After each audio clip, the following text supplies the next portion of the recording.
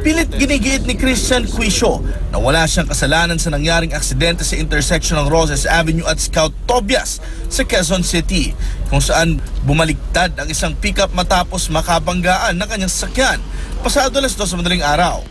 Bago daw mangyaring aksidente, may sinusulit silang sasakyan at nang makatawid ito, sumulpot ang pickup kaya nagka-aksidente. Nagulat na lang po kami na parang may nag-cross po ng mabilis doon sa gitna namin at saka nung kasunod po namin sa sasakyan. Tapos yun po, parang nagulat na lang kami, nag-turn turtle na lang po yung ano. Pero iba ang nakuna ng CCTV ng barangay. May kitang papatawid ang pickup nang bigla na lamang salpukin ng AUV. Dito na sumampa sa center island ng pickup bago tuluyang bumaliktad.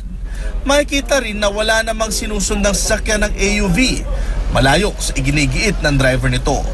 Nandun din pala ang XO ng barangay na nakakita sa aksidente. Ito pong kotse ng Innova galing po rito sa Tobias. Dire-diretso po sila. Ito naman pong isa Mitsubishi Strada galing naman po ng Roses. So, kaya po tumaob ito dahil yung diretso nito hindi na nila naiwasan. Dinala sa ospital ang isang sakay ng pick-up. Tingin pa ng driver nito, nakainom ang mga sakay ng AUV na itinanggi naman ni Quisio.